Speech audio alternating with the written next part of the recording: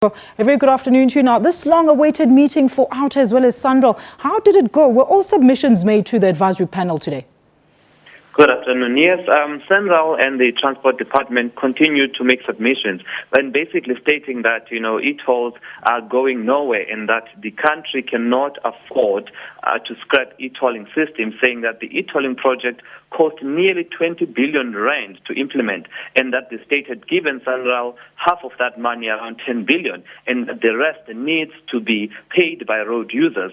Now, when they're making their submissions, the Transport Department, together with SANRAL, they said that, South Africans need to honor the principle that they have to pay for developed infrastructure in the country. All right, Sipho. Now, reports also stated earlier that the DA was outside the offices protesting. Didn't this interfere with the proceedings? Why were they protesting? Do you know, Sipho? Yes, the DA came earlier in the morning before, as the proceedings were starting, and basically what they were there to do, they were there to reaffirm their opposition to e-tolling and urging the panel that they must listen to what they say are the public's views against the system. Now, SANRAL said that the DA were allegedly not granted permission to protest there, and said they are singing and they are dancing as it happens true when people are protesting was actually disrupting proceedings within the panel review. Then DA, then obviously they were informed of this.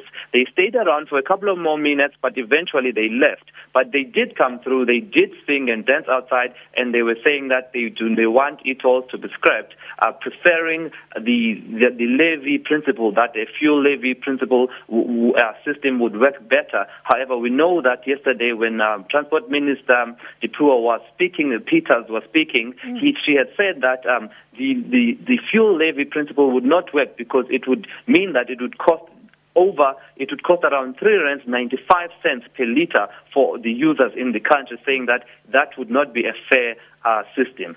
Now, Sipho, going forward, what is expected to happen in the interim after these submissions are put forward? When will the people actually know the outcome?